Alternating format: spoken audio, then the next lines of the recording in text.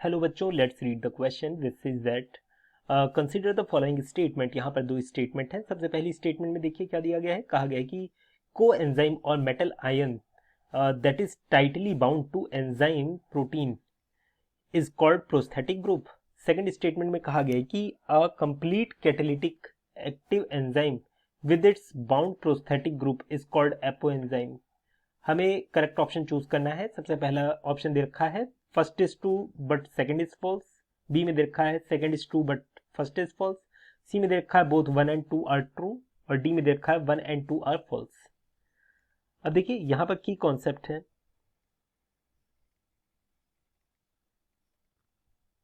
होलोजाइम। होलोजाइम basically functional enzyme को बोलते हैं। फंक्शनल एंजाइम ये बना किस चीज का होता है? ये बना होता है दो चीजों से मिलकर। एक तो होता है हमारा एपो एंजाइम और दूसरा होता है कोफैक्टर। एपो एंजाइम में प्रोटीन पार्ट होता है, प्रोटीन पार्ट। और कोफैक्टर में तीन चीजें आती हैं। एक तो आता है इसमें मेटल आयन, इसमें आता है प्रोस्थेटिक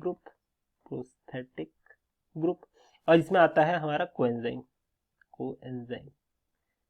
जिसके अंदर विटामिन होते हैं। अब यहां पर क्या कहा गया है? पहली स्टेटमेंट में कहा गया है कि कोएंजाइम और मेटल आयन।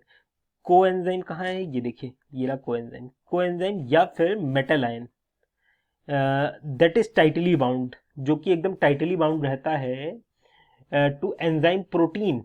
एंजाइम प्रोटीन मतलब ये वाला जो पार्ट है। Is called prosthetic group. नहीं, इसे हम प्रोस्थेटिक ग्रुप कहाँ कहते हैं? प्रोस्थेटिक ग्रुप में हमारे आते हैं हेम ग्रुप हो गया, हेम, पोरफायरिन हो गया, ये चीजें आती हैं। मेटल आयन में जैसे जिंक आयन हो गया, कॉपर आयन हो गया, मैग्नीशियम आयन हो गया, ये आते हैं। कोएंजाइम में क्या होते हैं? हमारे वाइटामिन आते हैं। तो इसका मतलब पहली वाली स्टेटमेंट हमारी गलत दे रखी है। सेकंड स्टेटमेंट देखिए, कहा गया है एक कंप्लीट कैटालिटिक एक्टिव एंजाइम। जो कंप्लीट एक्टिव एंजाइम होता है मतलब इसकी बात कर रहे हैं। With its bound prosthetic group, जो इसके साथ प्रोस्थेटिक ग्रुप जुड़ा होता है उसे हम क्या बोलते हैं? एपो एंजाइम कहते हैं। नहीं, हम उसे क्या बोलते हैं? अगर प्रोस्थेटिक ग्रुप जुड़ा होता है किसके साथ? एपो एंजाइम के साथ, तो हम हमारा फंक्शनल एंजाइम बनता है ना।